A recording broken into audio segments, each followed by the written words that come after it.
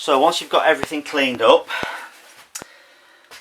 I tend to use isopropyl alcohol to degrease all the parts. So you're going to need some alcohol, previously spoken about anti-seize compound, just to coat the housing of where the bearings sit, just in case over time you get any corrosion from the steel. For putting your pivots back together, it's always good to have a good high quality bearing grease as well at hand.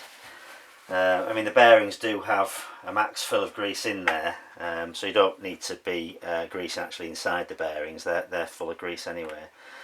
But when you're putting all the hardware back together, I just give it a bit of a smear of grease just to give it that extra seal.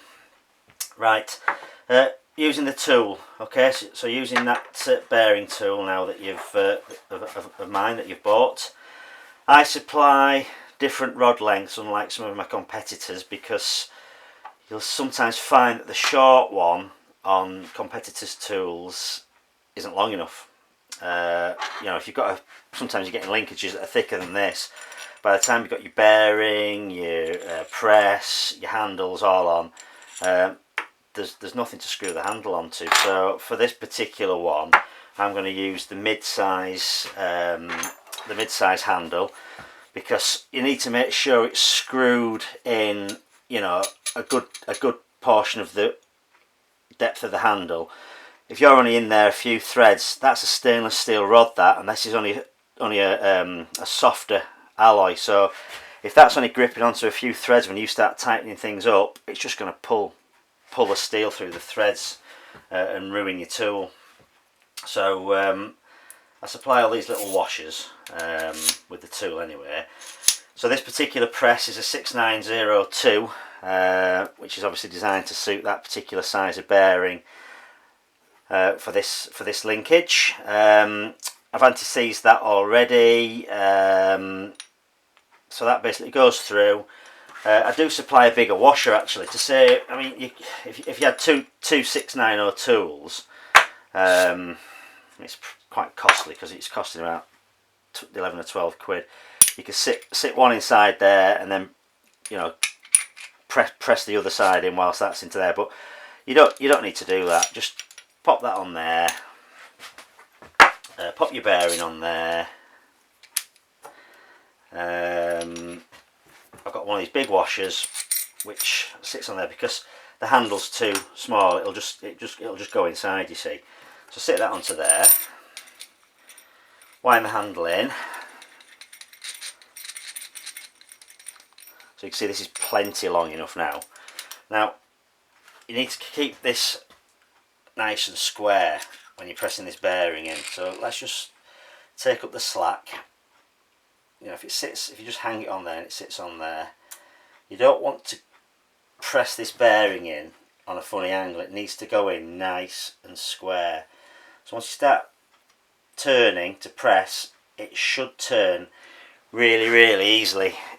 If it doesn't, stop, because the chances are that your bearing's slightly cockeyed. So if it's going in at a slight angle like that, that's stronger than this alloy, so you're going to ruin that alloy if you don't stop pressing.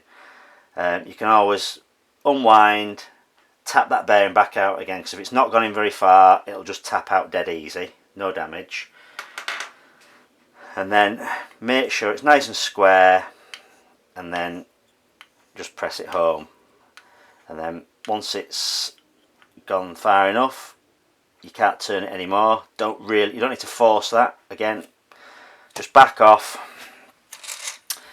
and then unwind your handle.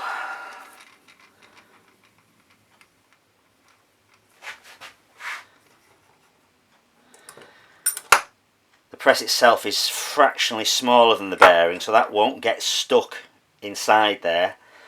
You know, the bearing's designed to be a snug fit and stay tight inside there, whereas that is just fractionally smaller, so that'll just go in and out of there nice and easy. If that was the same size as the bearing, you press that pass and that'd get stuck in there as well. Okay, so that's installing the bearing. Sometimes you've got your central little spacer tube on some linkages. don't forget to put that inside before you press the other bearing in, because once you've pressed that bearing in, you can't get your tube back in. This particular linkage doesn't have a tube, so I can go ahead and press that back, press all 4 of these straight in there.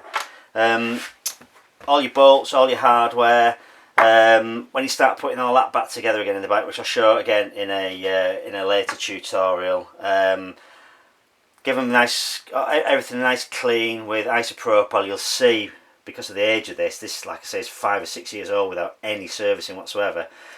These bearings were getting really corroded and they've left corrosion all over the bolts. If they do feel a bit rough, just get a little bit of very fine wet and dry paper and just give those a little bit of a rub, because when you start putting these back together again, you'll find that when they go in, I mean they go in, that's fine, there's no hassle there.